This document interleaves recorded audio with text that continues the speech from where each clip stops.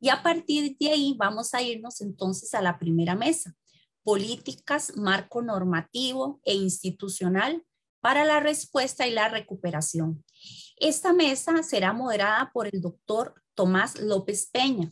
El doctor Tomás López Peña es médico de familia, responsable del área de cooperación internacional, científica y técnica del Instituto de Salud Carlos III de España. Sin más, Tomás, por favor, quedas en uso de la palabra.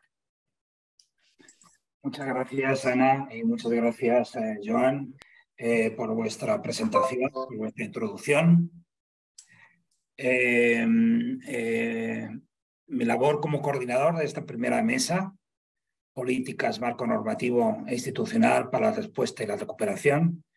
Como veis, es el tema más, diríamos, más estratégico, más amplio.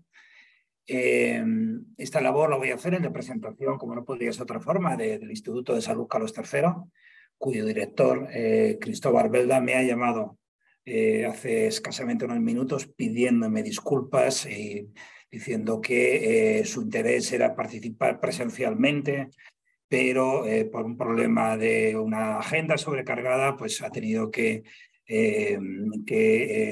posponer o rechazar esta invitación. Bien, dicho esto,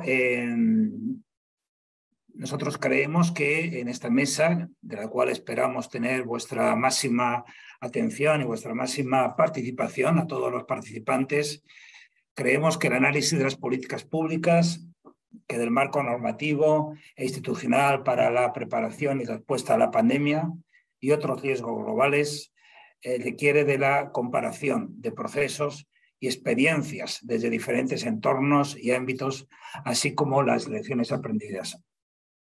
Para que la acción sea sostenible, se requieren de políticas y procesos transformadores basados en el consenso y anclados en políticas y leyes y regulaciones y en estrecha consonancia con los objetivos de desarrollo y la Agenda 2030 a fin de promover una implementación exitosa.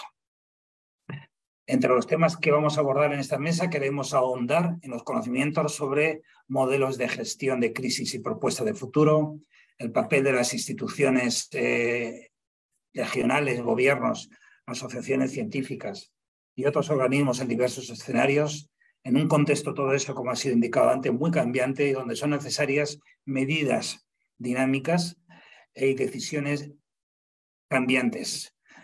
Medidas legislativas, normativas, protocolos, guías para la asignación de recursos, en un contexto siempre de máxima incertidumbre.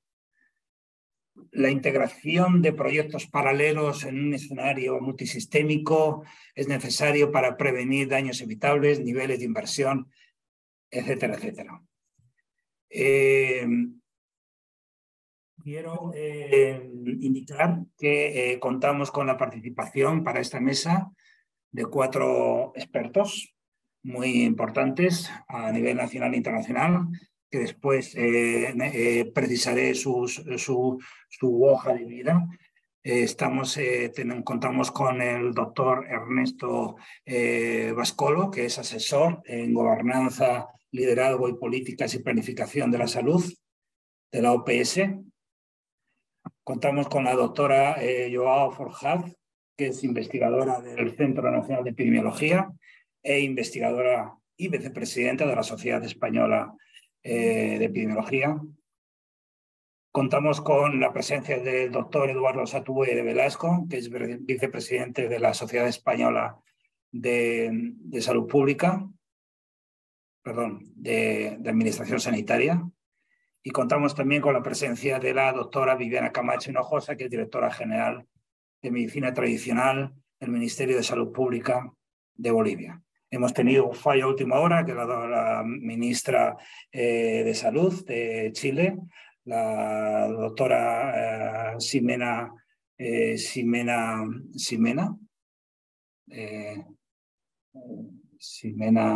perdón por el... Aguilera. Aguilera, perdón, estaba pensando con Simona Luengo, no ha podido asistir también por problemas de agenda en último momento, con lo cual sin duda es un problema importante. Bueno, quería decir que vamos a hacer una mesa con estas 4 expertos, con estas 4 personas. Vamos a hacer un modelo de mesa redonda donde yo voy a lanzaros una serie de preguntas diríamos, muy relacionadas con su área de experiencia, su área de gestión. Queremos que sea una mesa dinámica donde se establezca un diálogo y esperamos, como ha explicado Jaime, que los participantes en estas jornadas pues manden algunas preguntas para dinamizar el diálogo y el debate en esta mesa. Es importante reseñar que las preguntas a los ponentes, como ha dicho Jaime, serán recogidas en un fichero y que podréis tener acceso a él en cualquier momento. Es decir, que de las comunicaciones que ha habido en esta mesa, destacar que han sido seleccionados 3 pósteres, uno titulado Recuperación de las actividades comunitarias desde la atención primaria en salud, la nueva normalidad tras COVID-19, de Ana María Rodríguez y colaboradores. Otro póster muy interesante sobre contribución del Servicio de Salud del Ayuntamiento de Murcia a la prevención, protección frente a COVID-19 en actividades de competencia municipal. Otro póster muy importante también desde Paraguay, he liderado la anterior contribución, estaba liderado, por Begoña Patiño Villena. El póster desde Paraguay, liderado por la doctora Estela Cabral Bejarano, titulado Principios de bioética ante dilemas éticos en los ámbitos clínico, social y de salud pública. Y después 2 vídeos que son muy interesantes de ver. Uno precisamente liderado por una de nuestras ponentes, la doctora Joao Forjaz, que está aquí presente, sobre el bienestar percibido por la población española en el segundo año de la pandemia. Y también liderado también por la doctora Joao Forjaz, por Catarina Santos Ribeiro y por Carmen Rodríguez Velázquez. Y otro vídeo también importante sobre la evolución en el perfil de los pacientes con ingreso hospitalario por COVID en un hospital de 3er nivel, cuya autoría es Carolina Rodríguez Orihuela y colaboradores. Bien, dicho todo esto, los ponentes van a disponer entre 10 minutos, unos 10 minutos aproximadamente, luego, por tanto, que se ajusten al tiempo con objeto de tener tiempo para el debate. Y como primera ponente vamos a tener a la doctora Viviana Camacho Hinojosa, como ya he dicho, directora general de Medicina Tradicional. Ella va a hacer una ponencia o va a responder a unas preguntas en el ámbito de un tema que le vamos a llamar, denominamos interculturalidad y salud. La doctora Camacho es directora nacional de Medicina Tradicional, es médica cirujana, especialista en interculturalidad y salud pública, ha sido comisionada de alto nivel en Alma-Ata para la OPS y ha sido coordinadora de salud de los pueblos de Bolivia para la región andina. No sé si ha sido o sigue siendo, ella no lo podrá aclarar ahora, dentro del Movimiento Mundial por la Salud de los Pueblos. Es, además de todo eso, partera quechua y promotora del parto respetado y partería ancestral. Yo quería sencillamente introducir, antes de darle el paso a la doctora Viviana, que me llama mucho la atención que durante la última conferencia sanitaria panamericana por la OPS, que se celebró entre el 26 al 30 de septiembre, se trató un punto muy importante, que eran las políticas sobre atención integrada para mejorar los resultados de salud. Ese es un paper, un documento que a mí sin duda me ha llamado mucha atención, precisamente coordinado por James Figueral, responsable de sistemas de salud de la OPS. En este documento se dice en un momento determinado que las políticas basadas en la evidencia y encaminadas a garantizar el derecho al goce del grado máximo de salud que se pueda lograr, a promover el acceso de los usuarios a una atención de la salud y servicios que sean equitativos, a destacar la promoción de la salud y empoderar a las personas para el autocuidado y la participación activa en la toma de decisiones sobre su propia salud, prestando la atención debida siempre a las diversas consideraciones étnicas y de género. A partir de este preámbulo, me gustaría preguntar a la doctora Viviana Camacho, a la cual saludo de aquí y mando un abrazo ya desde el principio, que nos dijera, durante la pandemia en Bolivia, cómo ha sido el diálogo entre los saberes, entre la medicina, diríamos, convencional y la medicina ancestral. ¿Ha existido complementariedad entre ellas? ¿Cuáles han sido las lecciones aprendidas? ¿Cuál sería el desafío y el objetivo que tenéis a corto y a medio plazo? Te doy la palabra, Viviana. Adelante. Muchas gracias. Sumapuncha kachon tukuikunapa, hatunapaygu y tukuigangunapa, no gasto Vivi Camacho, Kai Bolivia, Jaya Suyumanta Diacuni, hatunapaygu. Soy la doctora Viviana Camacho desde Bolivia. Un gran saludo para cada uno de ustedes, para cada una que nos está escuchando a través de las redes. Ahora estoy en Bolivia y ustedes que estamos allá lejos, lo que ha logrado la pandemia es eso, que pese a las distancias nos hemos reencontrado para fortalecer las propuestas que hemos estado haciendo. Durante las primeras jornadas que he estado más activamente involucrada, también han sido unas jornadas importantes, exitosas, de cómo los países, cómo el mundo estaba sobrellevando el COVID-19. Y ahora es importante hacer esta revisión de cómo hemos ido avanzando ante esto. Muchas gracias, Tomás. Saludos a nuestros hermanos, hermanas de las distintas instancias e instituciones que nos están acompañando. Desde el Estado Plurinacional de Bolivia, pues actualmente como directora general de Medicina Tradicional, hemos estado promoviendo activamente el respeto para nuestros saberes ancestrales en salud. Bolivia cuenta con la Ley 459 de Medicina Tradicional Ancestral boliviana. También cuenta con la Política Nacional de Salud Familiar Comunitaria Intercultural. Y desde esta normativa es que gracias a las luchas sociales se ha posicionado el respeto para nuestros saberes ancestrales. Actualmente estamos avanzando en distintas tareas en relación a la prevención, el tratamiento y también los cuidados posteriores ante COVID-19.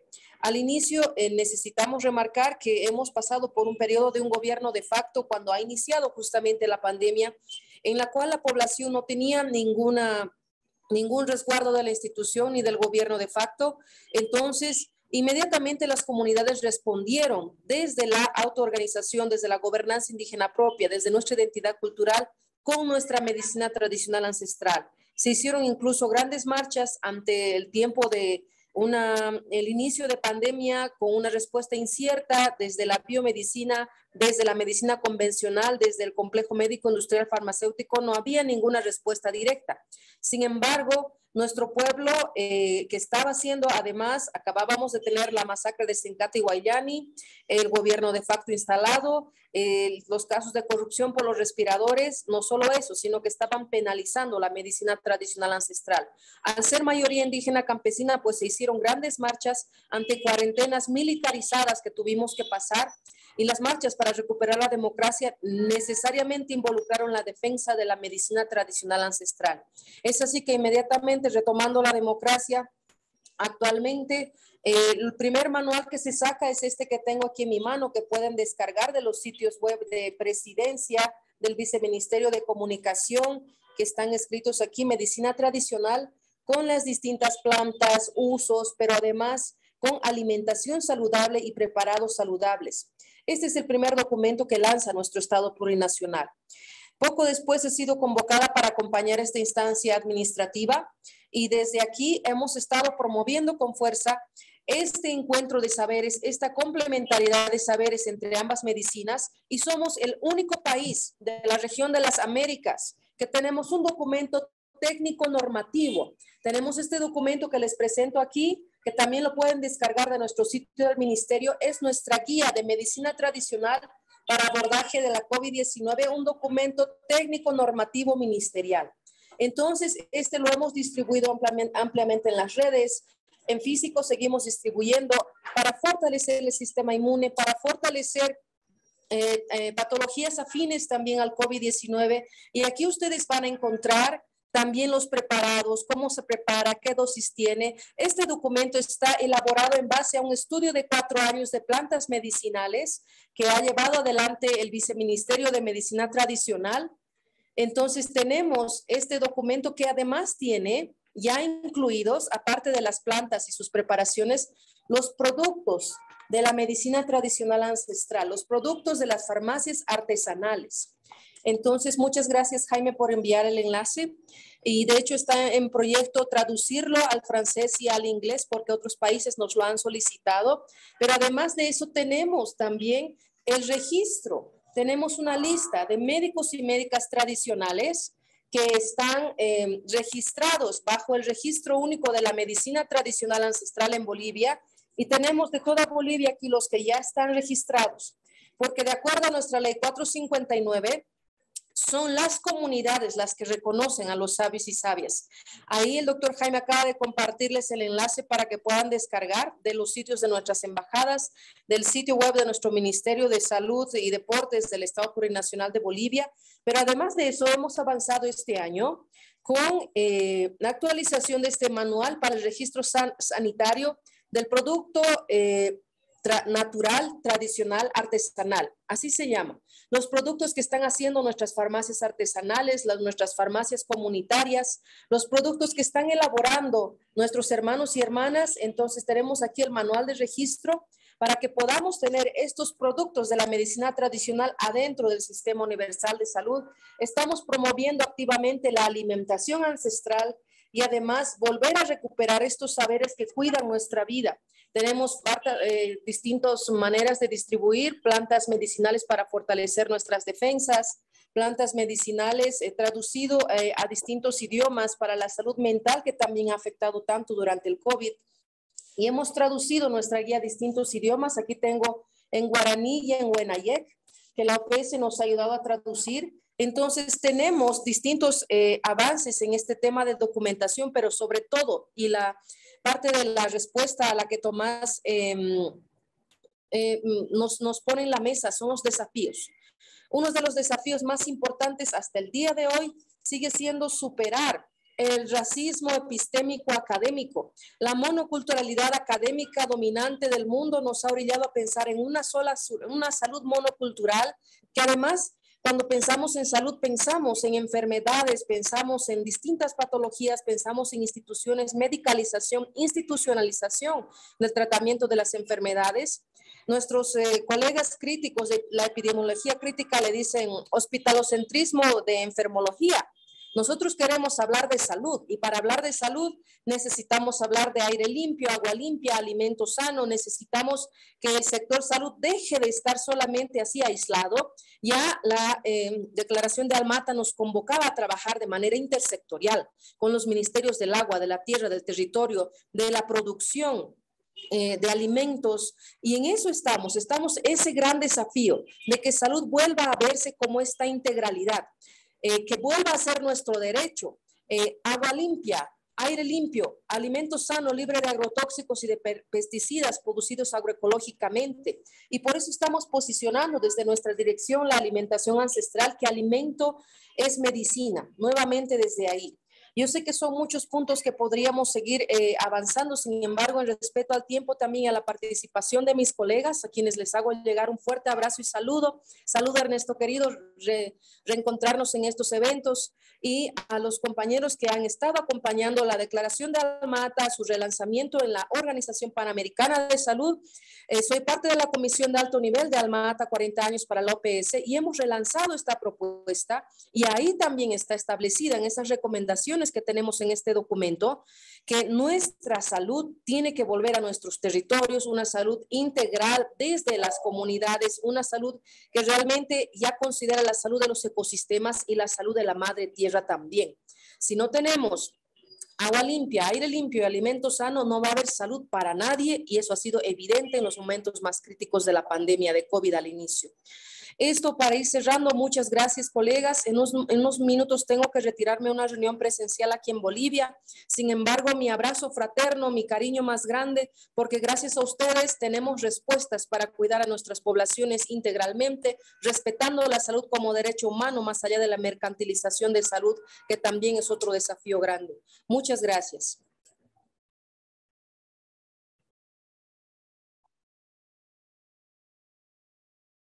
Bueno, muchas gracias, Viviana. Sabemos de que tienes el tiempo muy apretado. No sé si, Jaime, habría alguna pregunta en el que pudiéramos hacerle en estos últimos minutos a Viviana antes de que se marche, o si no, la dejamos que salga tranquilamente. A mí me ha agradado mucho tu presentación.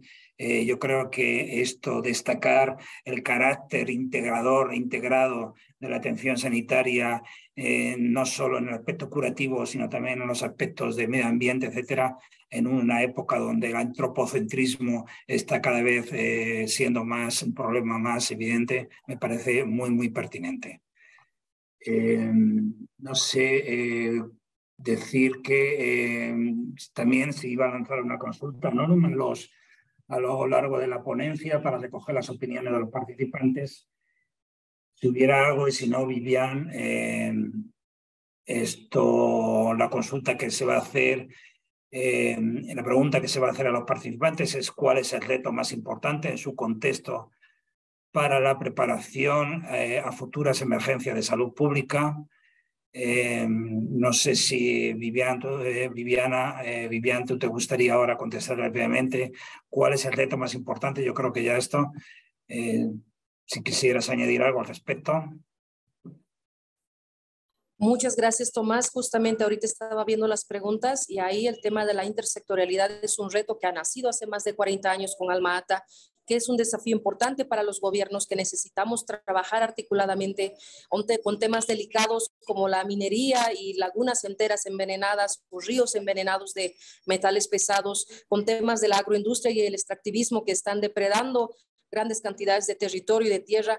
Entonces necesitamos trabajar articuladamente, porque en lugares donde tenemos comunidades enteras que todavía sus territorios siguen siendo saqueados, o pueblos indígenas que están siendo sacados a la fuerza de sus tierras por las corporaciones, estamos ahí ante problemas que no son solo sociales, no son solo políticos, nos involucran como temas de salud, porque la salud también es una vida libre de violencia, una vida libre de racismo, una vida donde podamos construir dignidad, y eso es un desafío muy grande. Así que no hay recetas, nos toca estar en la lucha todos los días, estemos desde donde estemos.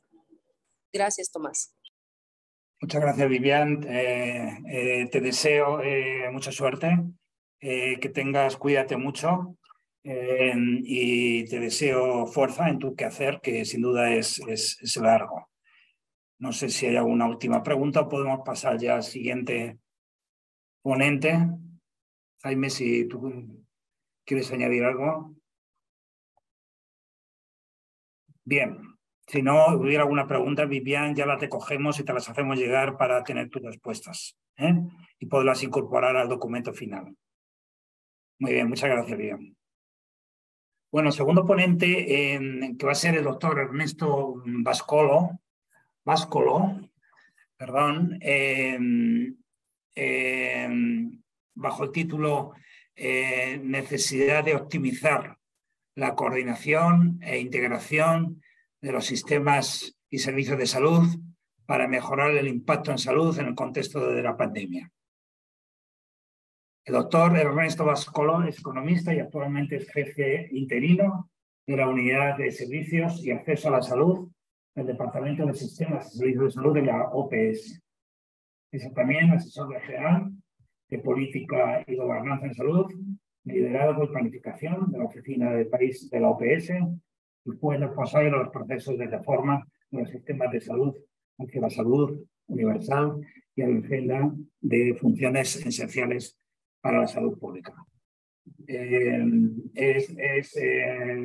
una maestría en epidemiología por la Universidad de Birmingham y otra maestría en salud pública por la Universidad Nacional de Rosario. Es doctor en ciencias sociales por la Universidad de Buenos Aires y tiene un postdoctorado en la Universidad de Montreal, así como ha sido académico del CONICET Argentina y durante su paso por la Universidad Nacional de Rosario trabajó como docente, llegando a ser director de una maestría en gestión de sistemas y servicios de salud. Doctor Ernesto, de acuerdo al documento que antes he comentado tan importante durante la conferencia sanitaria panamericana, en la que me imagino que usted tuvo una gran participación, se habla de la fragmentación en todas sus formas como un problema generalizado de los sistemas de salud y que afecta a la organización, la gestión y la prestación de la atención y que impide, muy importante, el acceso equitativo a la salud completa.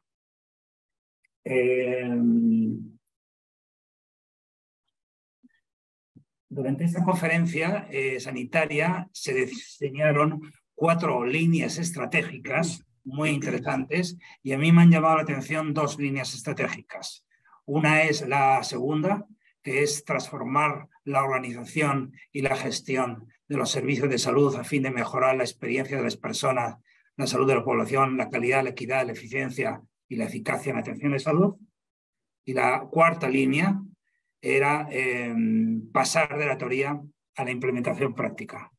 Mi pregunta que yo te quiero hacer sería, según esto, doctor Ernesto, ¿cuáles son las opciones de política basadas en la evidencia y en la experiencia factibles y sostenibles para abordar precisamente la fragmentación en todas sus modalidades y mejorar así la atención integrada y fortalecer los servicios de salud en general?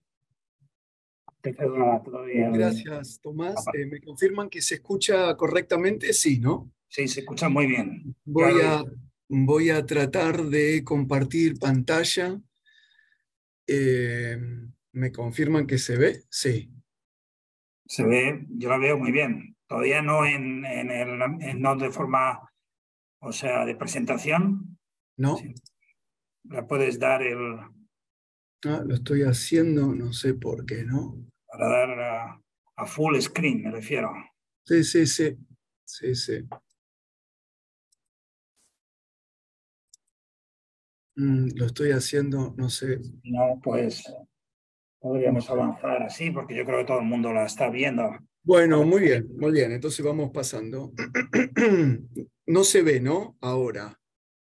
Sí, sí, ahora se ve. Sí. Y se ahora ve cambia. Muy bien.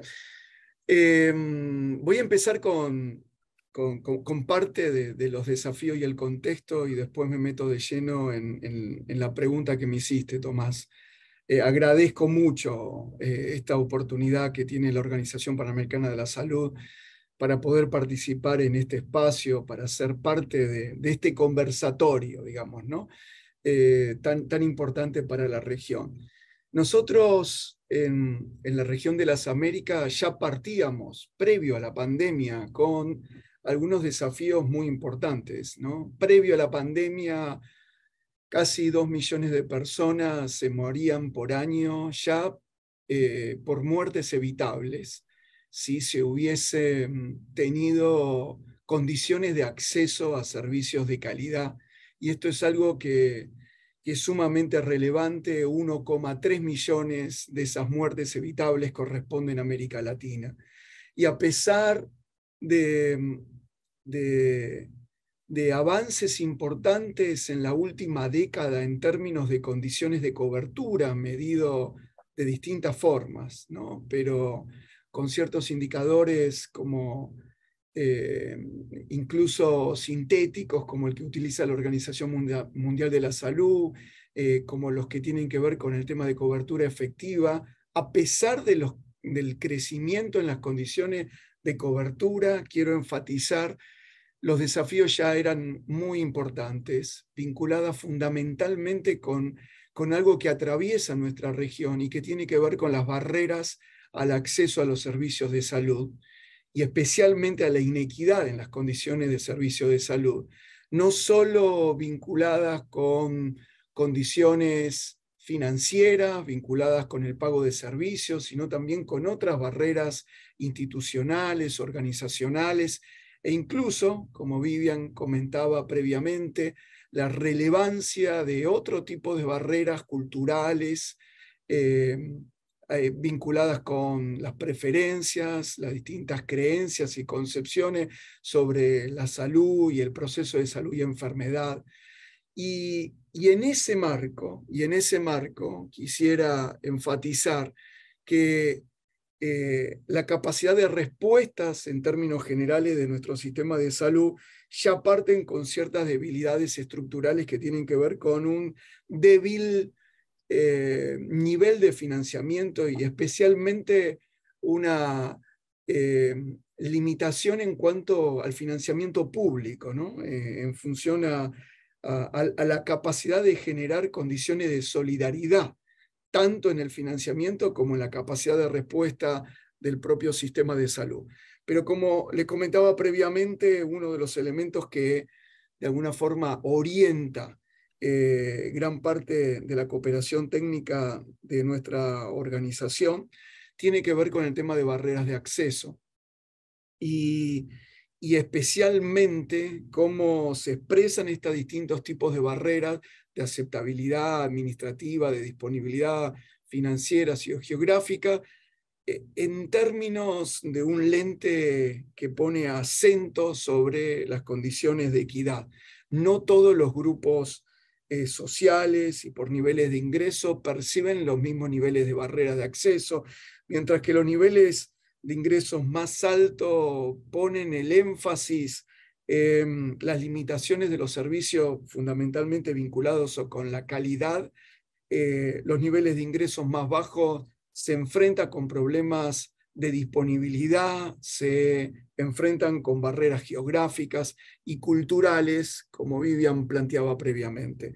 Y el peso de las condiciones sociales y los determinantes sociales es sumamente relevante, ya que el porcentaje de población que a pesar de necesitar servicios de salud no los utiliza por distintos motivos, el peso de las condiciones sociales que tienen los países de nuestra región es sumamente relevante. En otras palabras, a medida de que los niveles de ingresos son menores y las condiciones de desigualdad y exclusión social son mayores son los niveles de barrera al acceso a los servicios de salud. Por eso, un componente indispensable para cualquier discusión más estructural en cuanto a capacidad de respuesta de los sistemas es reconocer el peso de los determinantes sociales y por lo tanto de la necesidad de un abordaje intersectorial. Ya en la pandemia, en distintos tipos de encuestas que hemos podido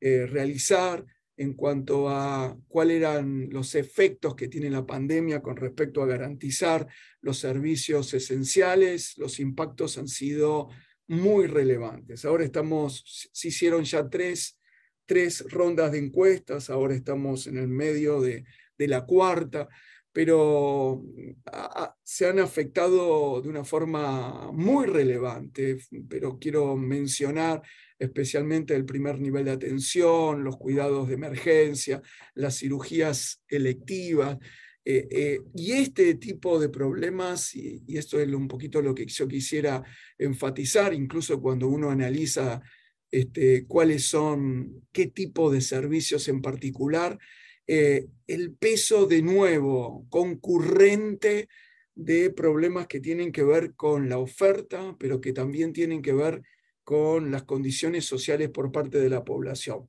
De una forma más sintética, podríamos estar diciendo que incluso la falta de recursos en el 34% de los países han sido una de las barreras más importantes para garantizar la continuidad de los servicios esenciales. La modificación de intencionales, ¿no?, en la prestación de los servicios como parte de lo que fue atravesar la tormenta de la pandemia, explica en el 34% de los países las dificultades de garantizar la continuidad de la atención, y en el 32% de los países uno de los elementos claves tenían que ver con elementos de la demanda, ¿no?, de las condiciones por parte de la población, las condiciones de exclusión social, etc.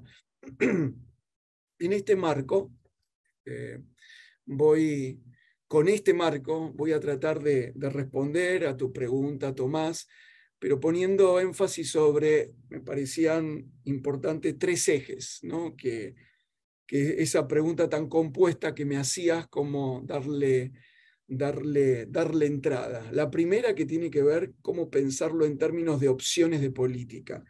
Y si hay algo que hemos aprendido en nuestra región, es que una de las opciones de política más importantes es poner como eje central a la salud pública, como eje estratégico para fortalecer y transformar los sistemas de salud en políticas integradas. Y en ese marco, un eje de la cooperación técnica de la Organización Panamericana de la Salud y un proceso de mucho debate, tanto en todas las subregiones, ¿no? de las Américas, tiene que ver con las funciones esenciales en salud pública, que tienen una versión renovada. Hemos lanzado un documento a final del 2020 y de alguna forma aparece no solamente como estructurante en los procesos de fortalecimiento de los sistemas de salud, sino también un espacio de articulación de muchísimos actores en gran parte de los países de la región, como voy a estar comentando ahora. Pero un elemento clave es la necesidad de que estas opciones de política tengan una perspectiva integrada, incorporando servicios individuales y colectivos como parte de una agenda que los contenga. El segundo punto, que nos estamos refiriendo a mejorar las capacidades de salud pública como tema clave, ¿no? Fortalecer las estructuras institucionales que tiene no solamente el Estado, la necesidad de fortalecer el rol de las autoridades de salud, sino el conjunto de estructuras de gobernanza del sistema de salud.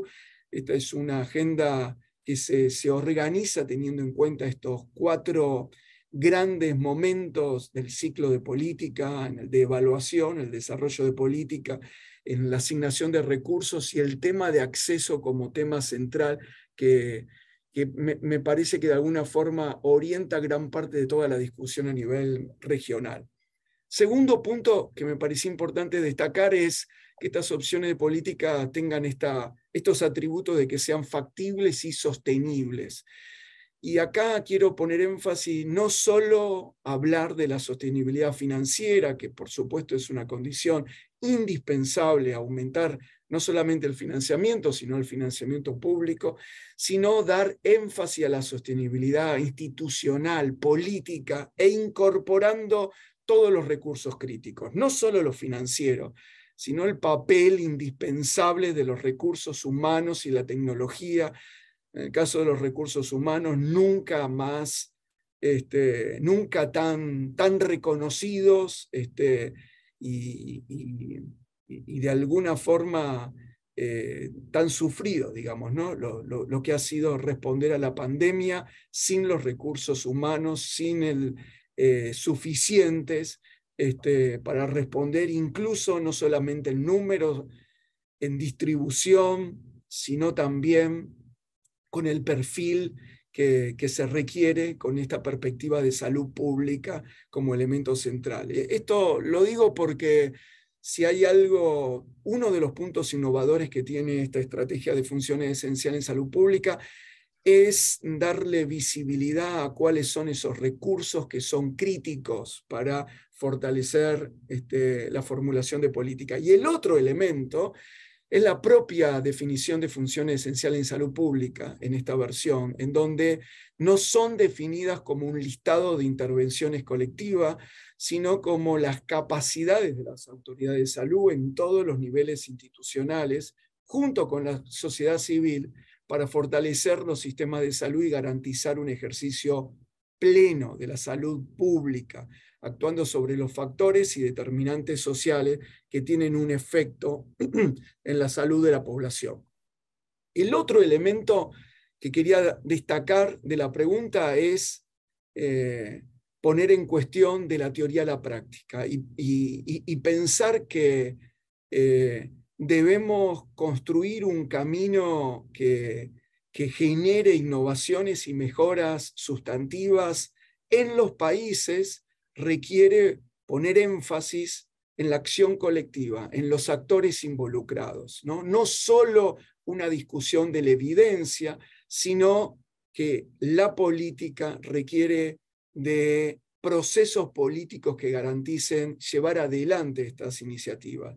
Y quería sintetizar, incluso ha sido parte del propio proceso de debate y de consenso de las nuevas funciones esenciales en salud pública, el rol no solo de los ministerios de salud, sino también los equipos de salud, los expertos, las instituciones académicas e incluso la población, actor fundamental en este momento cuando estamos pensando cómo garantizar esa sostenibilidad y cómo llevar a la práctica en distintos contextos. El segundo punto es el tema del contexto, es decir, no es ir de la teoría a la práctica, requiere partir no solo de los contextos, sino abordando desafíos y problemas concretos que van apareciendo en los distintos países.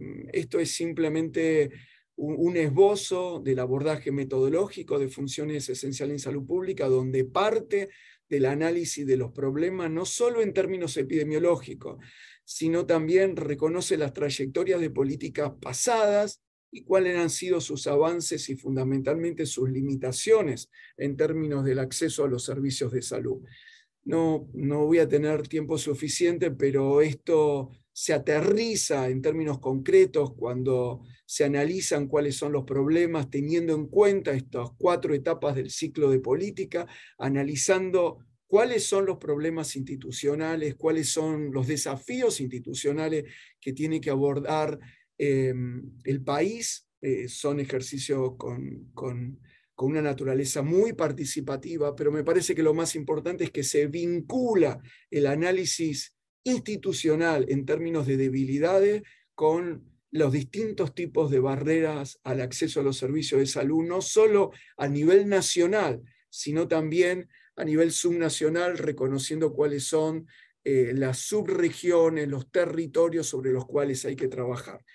Quiero ir terminando poniendo énfasis que este es un ejercicio que adquiere distintas dinámicas y adaptaciones de los instrumentos en las regiones del Caribe, en las regiones de Centroamérica e incluso en Sudamérica, en donde en el caso de Bolivia estamos trabajando justamente, digo por la presentación de Viviana, en donde el ejercicio de fortalecer las capacidades institucionales indispensables para responder a la pandemia tiene una naturaleza muy participativa, pero también tenemos ahora incluso un trabajo muy interesante aterrizado en contexto de países tan complejos como Brasil, es decir, incluso no solamente por su tamaño, sino por la naturaleza federal, en donde también adaptamos las herramientas y el diálogo político de reconocer cuáles son los problemas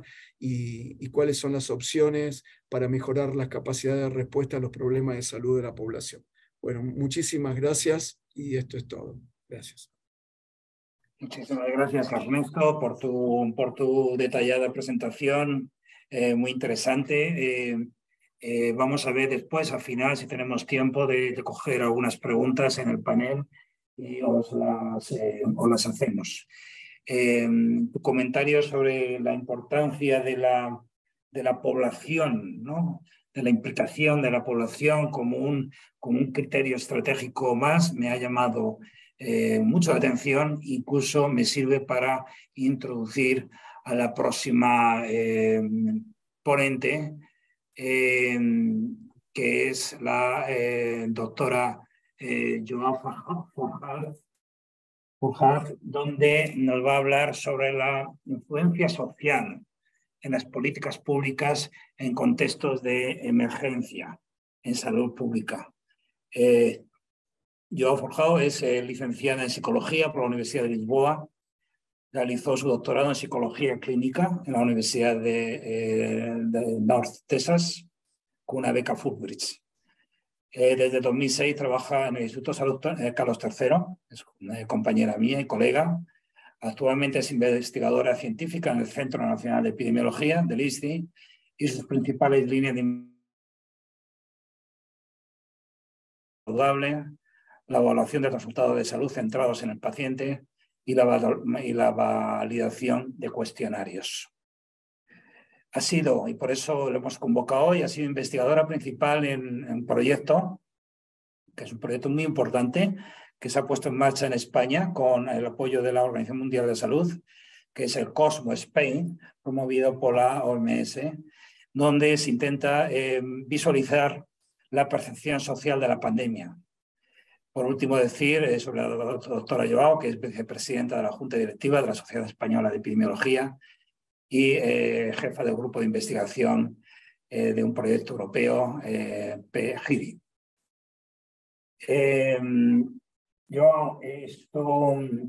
También en el documento que hemos comentado antes de la Conferencia Sanitaria Panamericana, en una de sus líneas estratégicas se habla sobre la necesidad de empoderar a las personas y las comunidades y fomentar su participación para mejorar su salud y fortalecer el aprendizaje institucional. Un enfoque que debe abarcar un enfoque intercultural, de género y a lo largo del curso de la vida. Me gustaría saber, en primer lugar, muy brevemente, en qué ha consistido el programa COSMO Spain y después, una vez esto, que esta descripción, que nos diga desde el punto de vista hasta qué punto es importante conocer el grado de aceptación y adherencia a las medidas implementadas o previstas para un adecuado control en las crisis pandémicas. Adelante, Joao. Muchas gracias, Tomás. Bueno, voy a empezar por... Primero quería agradecer haber sido invitada, es un gusto estar aquí. Y después voy a empezar un poco por hablar de qué es el estudio COSMO Spain para después entonces pasar a la respuesta a la pregunta. Voy a compartir mi pantalla. Muy bien, pues el estudio COSMO Spain es... pues fue... Un momento, ahora.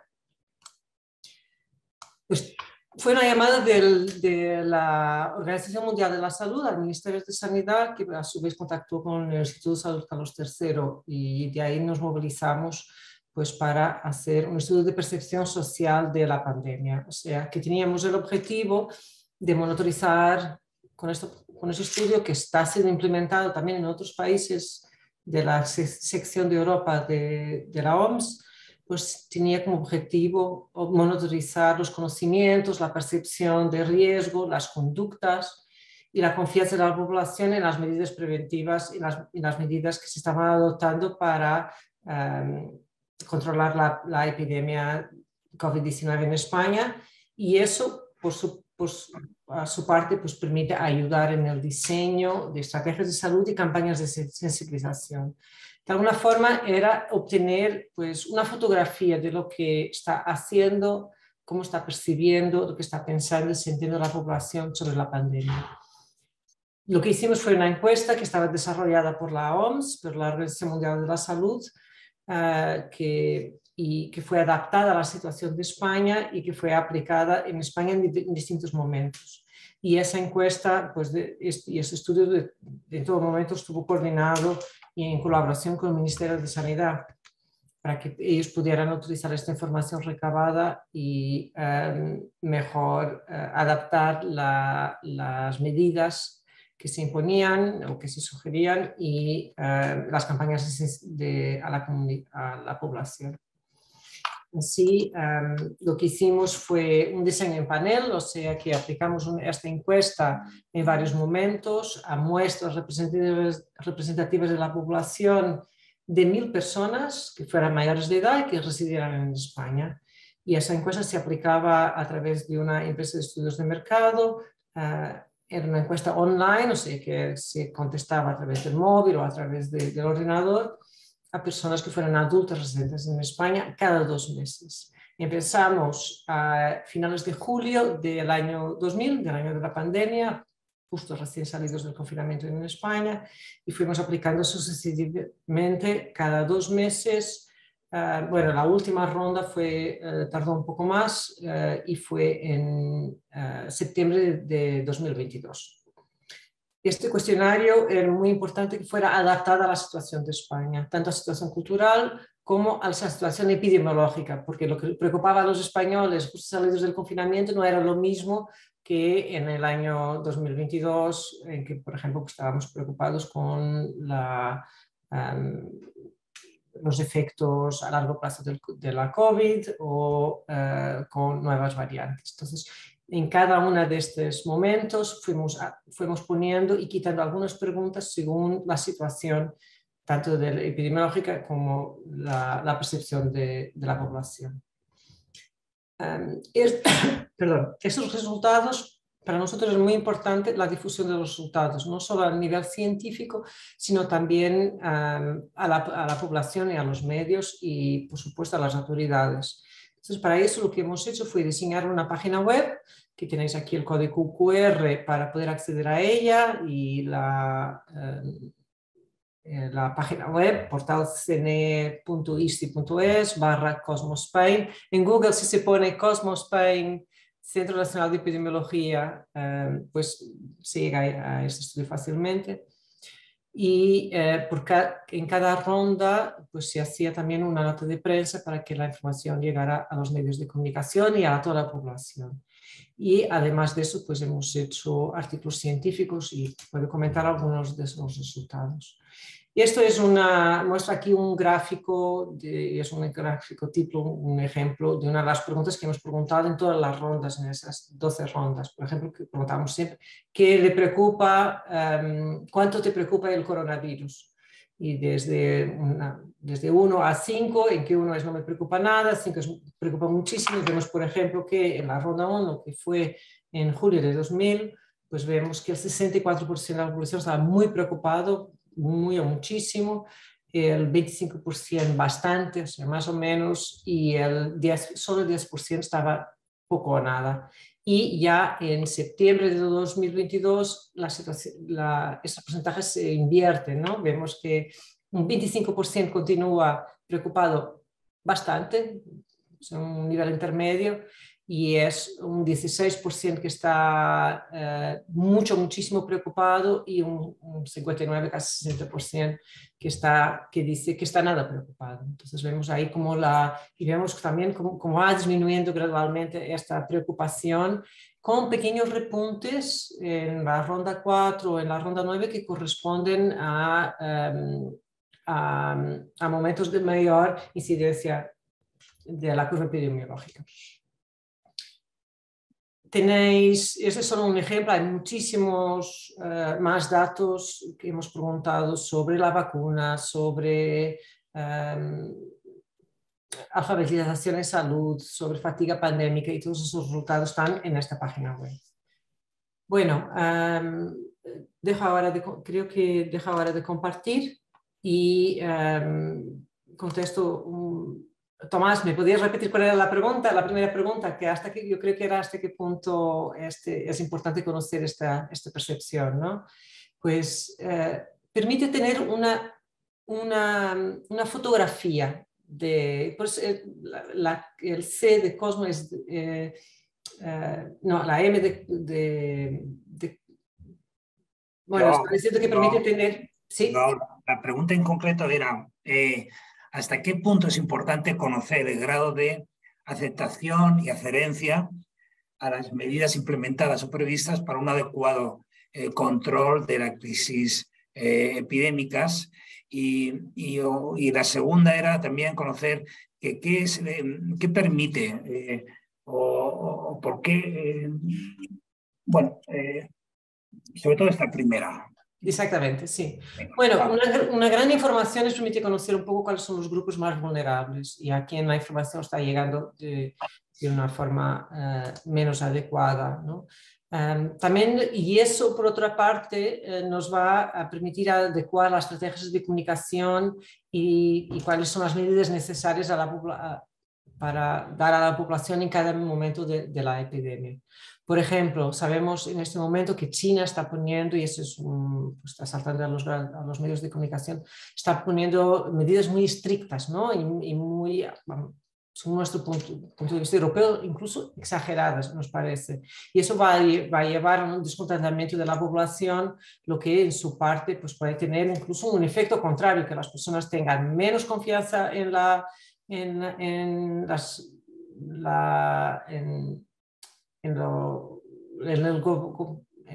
los ministerios, en las órdenes que se dan, y eso puede llevar a una menor adherencia a las medidas. Entonces es exactamente por eso que es importante tener un poco el pulso, en buen sentido, o sea, el conocimiento de lo que la población siente y percibe y cómo se está comportando, cuáles son las medidas que está tomando o no, para poder así ajustar las estrategias de comunicación. Muy bien, yo pues no sé si te atreverías con otra pregunta así rápidamente. Claro, adelante. A ver, esto, en tu opinión, ¿cómo influyen los factores psicológicos en el comportamiento preventivo? Pues hemos preguntado a lo largo no de todas, pero justo al inicio del estudio de Cosmos Pine incluimos una pregunta sobre el nivel de bienestar, y en todas las rondas hemos incluido preguntas sobre preocupación, sobre depresión, también sobre baja eficacia. Y sabemos que la preocupación, el estrés, el miedo, por un lado, genera más adherencia al mayor comportamiento preventivo, más adherencia a las medidas de usar mascarilla o de mantener la distancia, de lavado de manos, pero eso es distinto según los grupos de edad de la población. Por ejemplo, los jóvenes sabemos que tienen menos preocupación y menos adherencia, las personas mayores al revés. Pero por otro lado también hay que tener en cuenta que una gran preocupación, un gran estrés, un gran miedo puede generar sentimientos de depresión que llevan, por otra parte, a una baja eficacia, autoeficacia. O sea, si yo tengo esos sentimientos de depresión, siento como que cualquier cosa que haga no sirve para nada y como tal no voy a tener comportamientos preventivos porque tengo una baja autoeficacia. Los niveles de bienestar, pues sí que hemos estudiado y ese era uno de los puestos que fue presentado, vimos que los niveles de bienestar de la población española fueron aumentando desde que empezamos a medir inicios de mayo hasta octubre de 2021 y continuaron aumentando, y después en el último, más recientemente, se mantuvieron, y sabemos que un mayor bienestar está asociado a ser hombre. Los hombres reportan mayor bienestar que las mujeres. También las personas que tienen mayor bienestar son aquellas que tienen menos sentimientos de depresión y mayor nivel de alfabetización en salud. ¿Y esto qué es? Es la capacidad de buscar información, de entender y tomar decisiones en cuanto a la salud, en este caso en cuanto a medidas preventivas. También sabemos que las personas que tienen menor bienestar son las que están más preocupadas con la salud las personas más jóvenes reportan menor bienestar que las personas más mayores, que tienen, digamos, un mayor grado de resiliencia. Aquí vemos cómo es importante estudiar el bienestar de estos factores psicológicos, porque eso va a influir bastante en la forma como las personas se comportan y las medidas preventivas que adoptan. Gracias. Yo solo en medio segundo, ¿esto se va a continuar con el proyecto Cosmos o ya se ha terminado o se ha finalizado? El Cosmos Pine terminó. Ahora estamos mirando cómo podemos aplicar esta misma metodología para estudiar otros problemas de salud y otras emergencias sanitarias. Sí. Aplicada a COVID terminó, pero vamos a continuar aplicada a otros problemas. De acuerdo, yo muchísimas gracias por tu participación. Luego al final, si hay alguna pregunta, volvemos contigo. Ahora una pregunta que te iba a hacer a ti, pero voy a dejar que sea Eduardo Satú el que nos la conteste, que es el tema del impacto de la desinformación. Muy bien, gracias. Entonces, Eduardo Satú es licenciado en farmacia por la Universidad de Navarra, es experto universitario en educación para la salud por la UNED y es experto universitario también en cooperación internacional y en desarrollo de género. Es graduado en filosofía por la Universidad Nacional de Educación a Distancia, máster en servicios profesionales farmacéuticos y asistenciales en farmacia comunitaria. Actualmente, Eduardo es vicepresidente de la Sociedad Española de Salud Pública y Administración Sanitaria también es vicepresidente de la Sociedad Española de Farmacia Familiar y Comunitaria y es secretario de la Red Española de Atención Primaria, con lo que supongo que últimamente estarás bastante ocupado con el malestar que existe en general en España a nivel de la atención primaria de salud. Eduardo, en uno de los informes últimos de las ESPAS, de la Sociedad Española de Salud Pública y Administración Sanitaria, se habla del impacto primario del impacto de la pandemia en la atención primaria y se dice que la pandemia ha tenido un impacto en todas las dimensiones sociales, económicas, políticas, laborales y de salud de las poblaciones. Y en concreto sobre la atención primaria. No vamos a entrar en este tema, pero sí me quiero entrar en uno de los temas que vosotros abordáis, que es el tema de la gobernanza y del liderazgo, ¿no? Como una estrategia sobre la que posiblemente es necesario mejorar.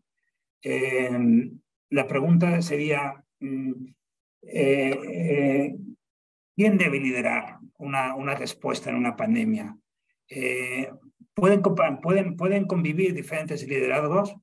Si es así, ¿cómo deben coordinarse? ¿Es necesario crear en España o en general nuevas instituciones para mejorar la capacidad de respuesta? Esas serían las preguntas. Adelante, Eduardo, cuando quieras. Pues bueno, lo primero, muchas gracias. Muchas gracias, Tomás. Muchas gracias, Joan, que me han invitado a participar aquí. Voy a hablar desde la perspectiva de España. Soy el vicepresidente de la Sociedad Española de Salud Pública y Administraciones Sanitarias. Para quienes no la conozcáis, somos una confederación de sociedades científicas que tiene, bueno, pues yo creo que tiene dos cualidades que son muy interesantes, ¿no? Sobre todo de cara a una pandemia. Por un lado, tenemos la cualidad de la multidisciplinariedad, es decir, dentro de este paraguas que llamamos ESPAS hay sociedades epidemiológicas, ¿no? Por ejemplo, como la Sociedad Española de Epidemiología, que está aquí representada por Joao, estupendamente. Tenemos sociedades que se dedican a economía de la salud, a jurisdicción de la salud, a atención clínica, a aspectos sociales, sociosanitarios. Esto nos da o pretendemos conseguir una mirada lo más global posible, ¿no? Yo creo que esto es una cualidad necesaria. Antes varios de los ponentes han comentado la necesidad de la intersectorialidad, ¿no? Esto es una de las cosas que nosotros llevamos trabajando años. En segundo lugar, bueno, somos una sociedad científica.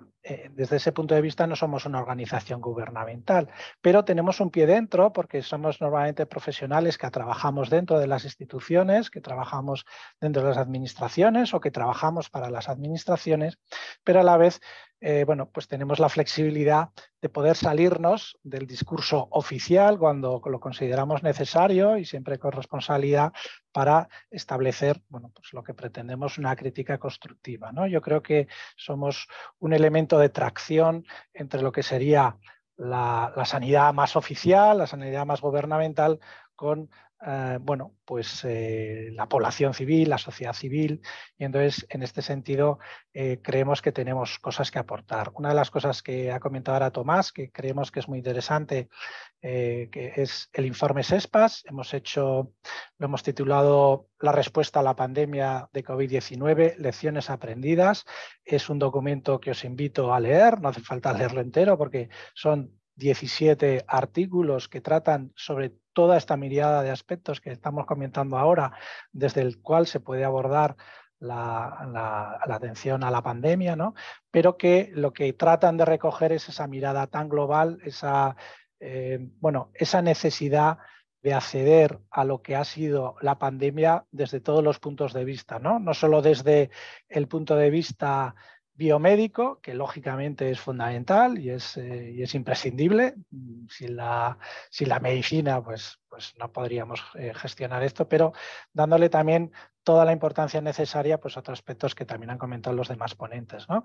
Es cómo se inserta eso en las comunidades, cómo trabajamos desde las desigualdades sociales. Lógicamente a nadie se le escapa que no es lo mismo pasar el confinamiento en un chalet con piscina y pista de tenis que en un piso hacinados de escasos metros cuadrados y igual pues probablemente sin calefacción o sin aire acondicionado en función de las condiciones climáticas, ¿no? Esto, bueno, esto lo que genera son muchísimos aspectos en los que tenemos que trabajar de una manera coordinada. La pregunta que nos hace Tomás, ¿no? Es, bueno, ¿dónde está el liderazgo, ¿no? Puede haber varios liderazgos. Yo creo que esa es una pregunta muy pertinente. La realidad del liderazgo es que tiene que estar estructurado. Es necesaria una estructuración del liderazgo. Al final tiene que haber alguien que pilote el barco, ¿no? Que capitanee. Esto es decisivo. Pero el liderazgo no puede ser solamente el capitán del barco, no puede estar solamente en la punta de la pirámide, sino que tiene que estar repartido y coordinado. Desde un punto de vista, digamos que todos somos líderes en nuestros respectivos quehaceres, ¿no? En ese sentido, yo puedo ser líder de mi centro sanitario, puedo ser líder de mi oficina de salud pública, puedo ser líder de una comunidad autónoma, en el caso de España, o un departamento regional, o puede ser el presidente de la OMS, ¿no? Todos tenemos esa responsabilidad que implica liderar hasta donde yo tengo que llegar. Entonces, esos liderados tienen que ser compartidos. Aquí yo creo que una de las críticas que hacemos y que se puede ver en el informe SESPAS y en distintos documentos que hemos elaborado, voy a colgar el documento del informe SESPAS en el chat para que lo tengáis y podáis acceder. Uno de los problemas que hemos dispuesto es la dificultad de generar un liderazgo en una situación tan extraordinaria de alarma como ha sido la pandemia, ¿no? Yo creo que todos tenemos fresco y recordamos los compases iniciales de la pandemia, donde lo que hay es un desconocimiento, es una nueva enfermedad, hay un desconocimiento, hay una incertidumbre. Esta incertidumbre lo que genera son distintos problemas, ¿no? Primero, demuestran las costuras que tenían nuestros sistemas sanitarios, ¿no? Porque nos encontramos con unos sistemas, o en el caso de España, unos sistemas sobre todo de salud pública, pero también asistencial, debilitados por la anterior crisis, pero sobre todo que generan un problema que viene, además de la crisis que viene ya incubándose desde antes, que es una profunda fragmentación entre los distintos niveles y departamentos sanitarios que conforman el edificio de la sanidad, ¿no? El edificio de la sanidad, tenemos los departamentos de salud pública, que además dentro de sí ya también están fragmentados, tanto a nivel territorial, tenemos unas competencias que son el Ministerio de Sanidad, otras competencias que son regionales, otras competencias que son municipales, ¿no? Ya tenemos esos niveles de actuación que se necesitan y que tienen que actuar con un problema de comunicación y de coordinación entre ellos, ¿no?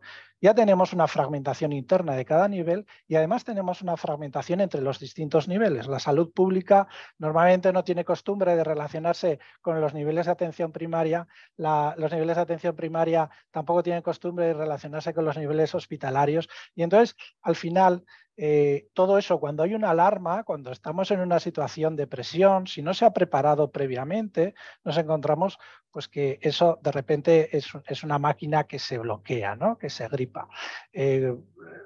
Asistimos a, por ejemplo, en el caso de España, a una invisibilización, a un papel muy minoritario del papel que debería haber ocupado la salud pública, los departamentos de salud pública, que tradicionalmente en España han sido el patito feo de la sanidad, ¿no? En el sentido de que tienen muy pocos recursos, muy pocas personas dedicadas a estos haberes, una falta de coordinación, como decía previamente, entre los distintos niveles de salud pública y, al final, una dificultad de generar un liderazgo, ¿no? De generar, oye, en este momento vamos a ir por aquí o vamos a hacer esto.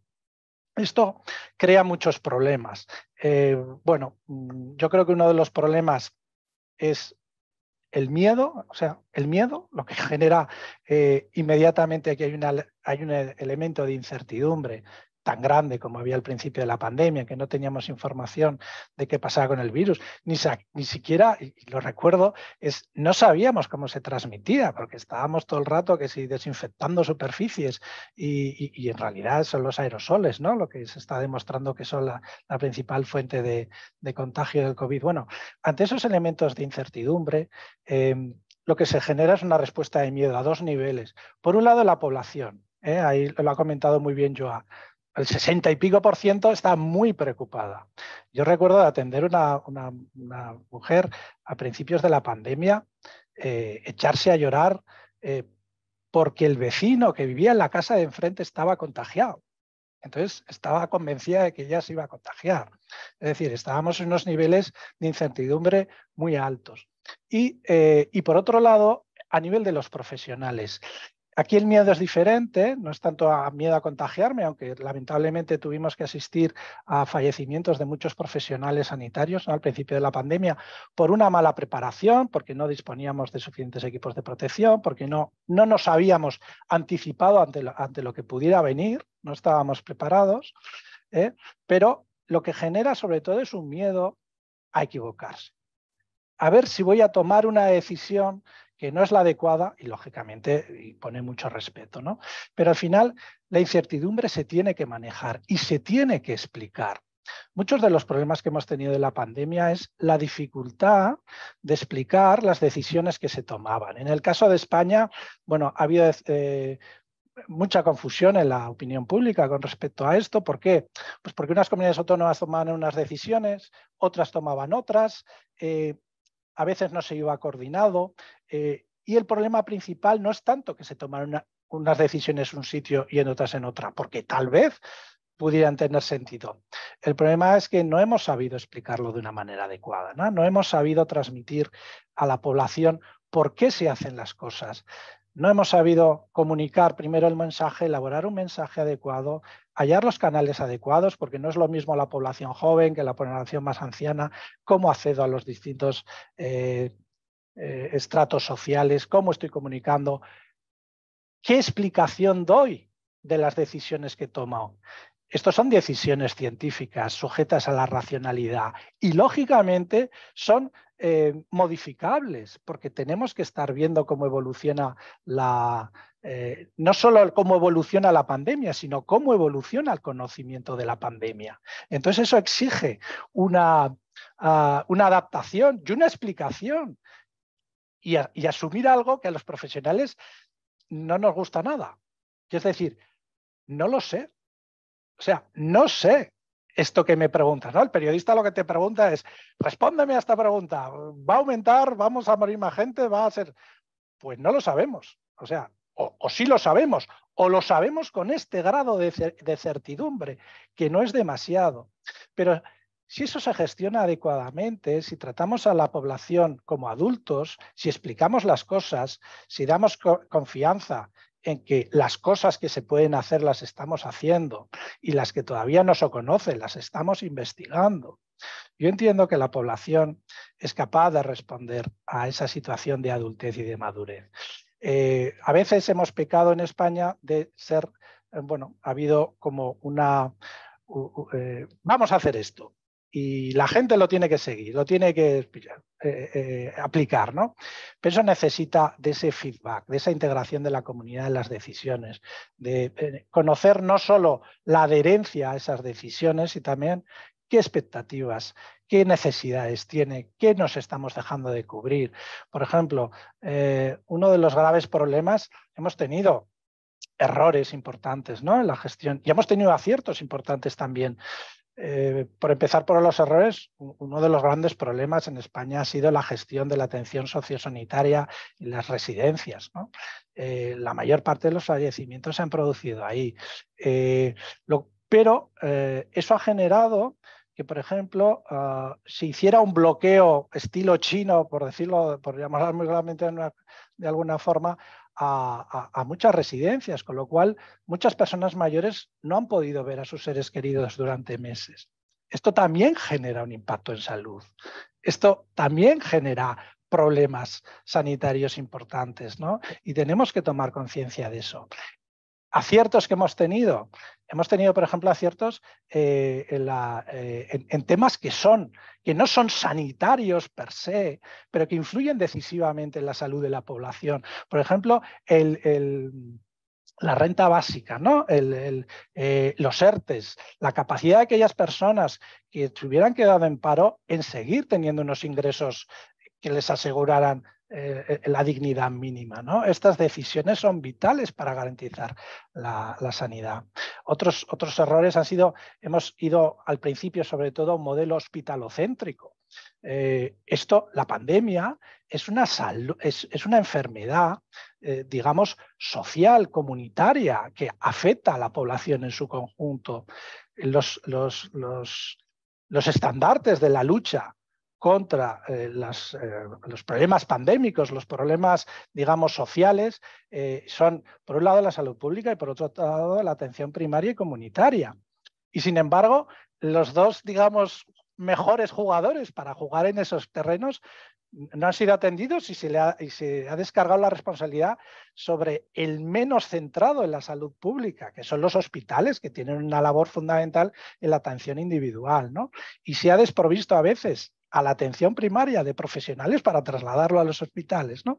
Esto lo tenemos que reconfigurar. Y estas medidas, este liderazgo, tiene que pasar, en primer lugar, por los dirigentes políticos, que para eso han sido democráticamente elegidos, ¿no? Esto es su responsabilidad. Los que hemos elegido para dirigir el país, ellos tienen que tomar las decisiones aun a riesgo de equivocarse.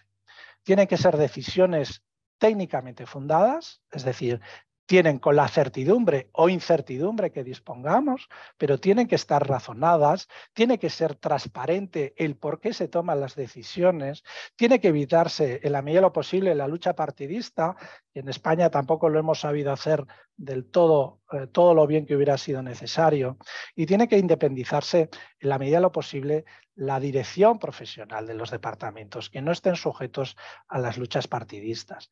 Esto es muy importante, generando después, en segundo lugar, una coordinación con todos los agentes, con todos los equipos que participan desde los distintos departamentos de salud, no solo los sanitarios, no solo es una cuestión de médicos, enfermeras, farmacéuticos, psicólogos, sino que es una cuestión de todos los que están aportando ahí, ¿no? Estadísticos, trabajadores sociales, personas que están en contacto con las desigualdades. Todo esto se tiene que generar ese liderazgo técnico y profesional que fomente soluciones muchas veces creativas. A mí me ha encantado al principio, ¿no, Vivian? Cuando estaba contando, ostras, es que, bueno, hay una respuesta técnico-académica y luego en las comunidades nos hemos organizado para responder. Pues claro que sí. Esto igual nos falta en España, ¿no? Aprender un poquito de ese papel. Yo, a ver, no me quiero, no sé, tampoco quiero hurtar mucho al debate. Yo creo que lo más importante aquí es ese compartir ese liderazgo que estamos hablando desde los distintos niveles, pero en concreto, por poner dos cuestiones que has preguntado, ¿no? ¿Qué instituciones, cómo tendríamos que reformar, ¿no? ese liderazgo? En España, en concreto, necesitamos esa integración a distintos niveles, también no solo entre Ministerio, comunidades autónomas, municipios, sino también una integración, por lo menos dentro de la Unión Europea y en la medida de lo posible también con la Organización Mundial de la Salud. Pero para eso necesitamos dos reformas fundamentales. Necesitamos que el Consejo Interterritorial de Salud del Sistema Nacional de Salud se adapte a las necesidades que puedan tener las emergencias. Hemos visto que no estaba adaptado. Hemos de tener conciencia que ante situaciones extraordinarias las respuestas tienen que ser extraordinarias. No hay soluciones sencillas a problemas complejos. Tenemos que adoptar soluciones extraordinarias. Siempre desde el planteamiento del consenso, de la participación democrática, de la integración de los distintos niveles. Esto yo creo que la respuesta, antes Joao ha hecho un comentario sobre China, yo creo que China un poco lo que venía a decir es mi modelo autoritario es mejor que el modelo democrático para tratar las pandemias. Se está demostrando ahora que eso no parece tan cierto como decían, sino que precisamente la democracia lo que nos permite es aprender de los errores, y eso es muy importante. Y en segundo lugar, en España necesitamos la creación. Es urgente, es necesario que se desarrolle una agencia de salud pública que coordine, que lidere los distintos esfuerzos de salud pública, las estrategias de salud pública que se tienen que preparar, porque acabo con esto. La preparación para la próxima pandemia se tiene que hacer antes de que llegue la pandemia, porque si esperamos a que llegue la pandemia, llegamos tarde y gente, sobre todo los más desfavorecidos, los más frágiles, los que tienen peores condiciones socioeconómicas y desigualdades, son los que antes pagan el pato. Nada más, gracias. Muchas gracias, Eduardo. Interesantísima. Como no podría ser de otra forma, tu ponencia. Vamos a pasar ya al turno de preguntas porque nos quedan exactamente unos pocos minutos. Tenemos algunas preguntas aquí de los participantes y esto precisamente podría ir para ti, Eduardo. A ver, nos preguntan,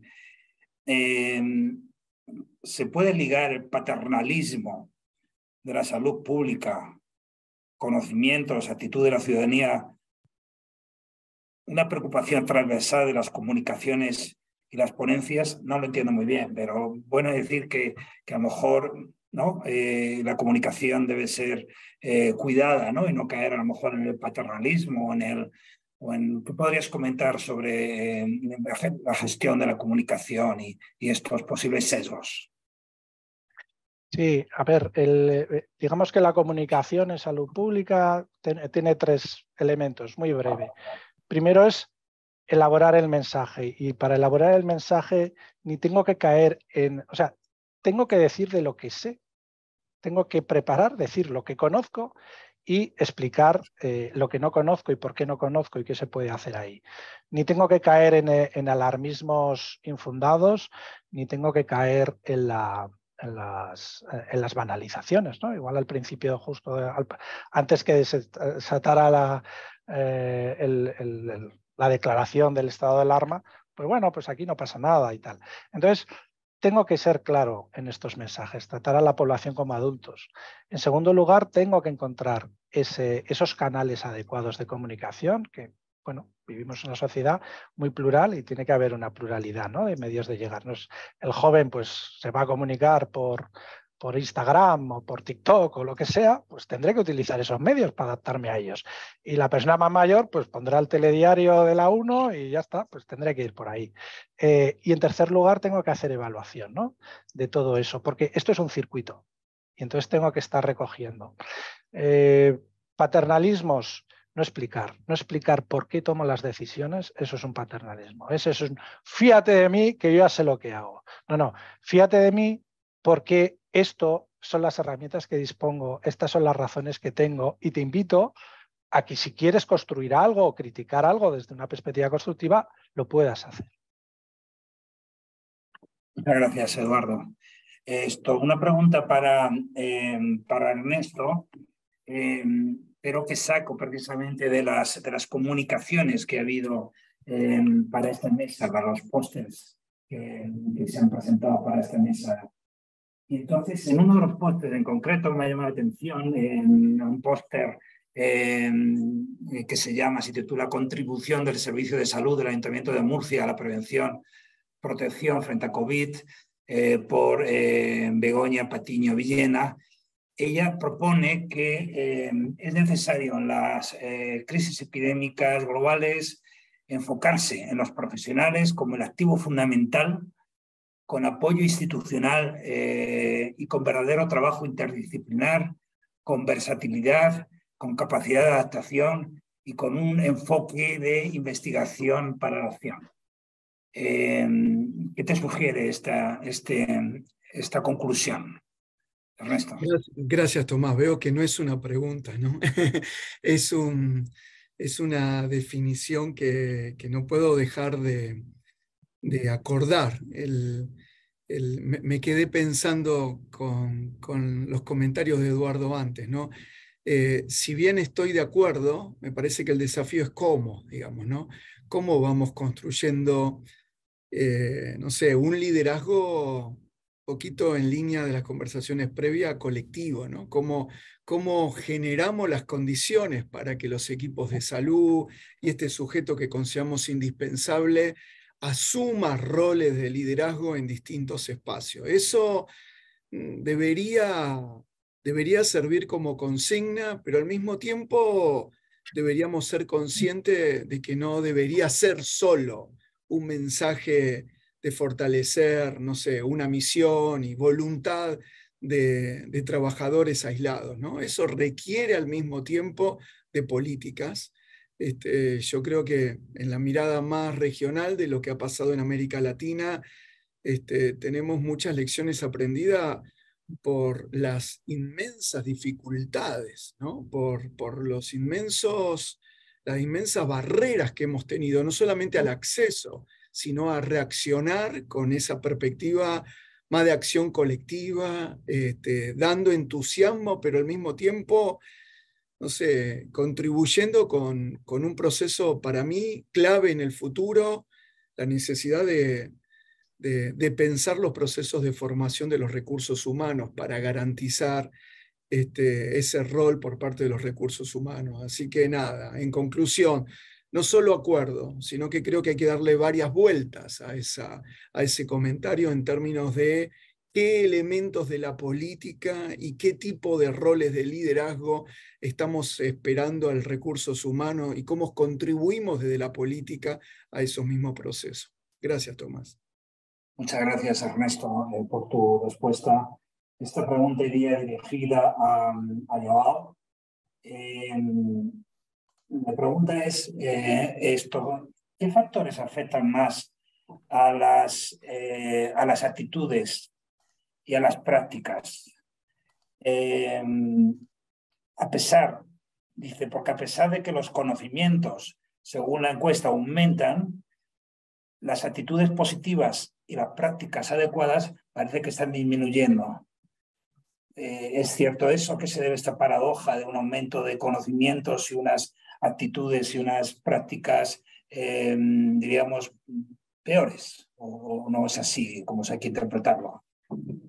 En realidad nosotros hemos visto que el conocimiento va disminuyendo, lo que es una cosa un poco rara, porque dice cómo es, la gente sabía y deja de saber. Pues no estamos midiendo a las mismas personas a lo largo del tiempo, estamos midiendo a sucesivas muestras y sí, con todas las medidas de ahora puedo usar mascarilla, ahora no, ahora estoy confinada, ahora no, en España pues que el confinamiento, había restricción de movilidad por barrio, por comunidad autónoma, en fin, que a veces la gente pues va quedando un poco con más confusión sobre las medidas y también va prestando menos atención a la información y a los medios de comunicación y eso hace con que pues, el conocimiento vaya bajando.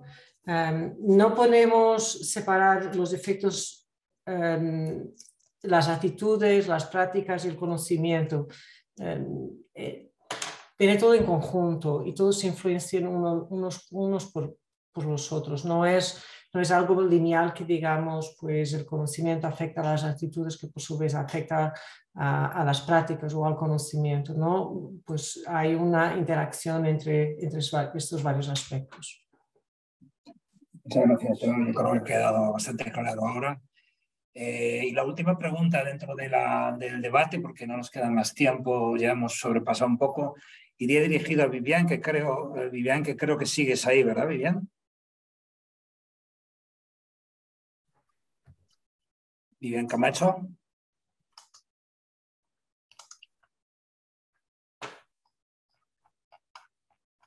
Pues si no estás ahí, le voy a hacer la pregunta a Ernesto, porque alguien ha comentado, tú has comentado que yo no he caído en tu ponencia, que te has referido a los gastos catastróficos en salud de parte de los usuarios o no usuarios. ¿A qué te referías con esto de los gastos? Es una terminología técnica, pero se refiere cuando el gasto directo en el momento del servicio impacta en forma sobre los niveles de ingreso de la población, haciendo empobrecer a parte de la población. Eso es un tema importante en algunos países en donde el gasto de bolsillo es alto y la población, al utilizar los servicios, tiene que participar del financiamiento con un pago. A veces ese copago tan alto o la falta de cobertura hace que la población se empobrezca. A eso nos referimos. Muy bien, muchas gracias. Nada, vamos a ir acabando. La pregunta que se había lanzado para Viviane estaba dentro de uno de los pósteres que habían presentado Paraguay, donde planteaba la interculturalidad como un principio ético a salvaguardar durante la epidemia, incluirlo como principio ético insoslayable. O sea, si acaso ya se lo haremos a Vivian para que nos pueda responder. Y nada más, hemos aprendido los errores lo suficientemente como para que si ocurriera de nuevo otra pandemia, no volverían a darse. No sabemos, quizás, Eduardo, ¿tú crees que si tuviéramos otra pandemia volveríamos a caer en los mismos errores o hemos aprendido lo suficiente? Yo creo que al menos algunas personas están haciendo un esfuerzo, estamos haciendo un esfuerzo por aprender de los errores. Lo que temo decir es que tal como está la situación ahora desde un punto de vista, digamos, organizativo, nos falta mucho.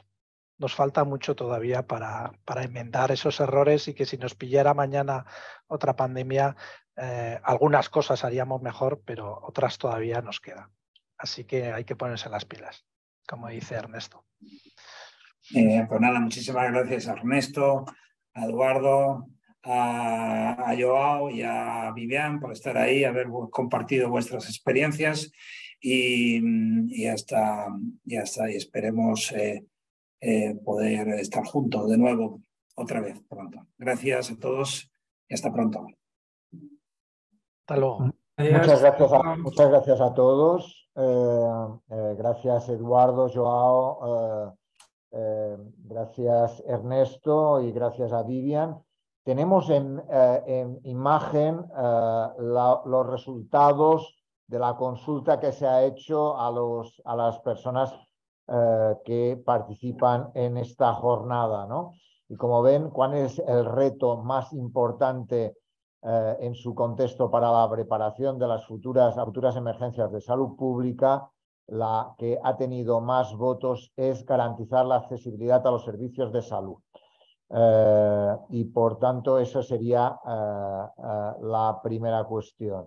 La segunda es fortalecimiento de las capacidades del personal sociosanitario. La tercera es tanto fortalecimiento de las redes de organismos locales, nacionales e internacionales.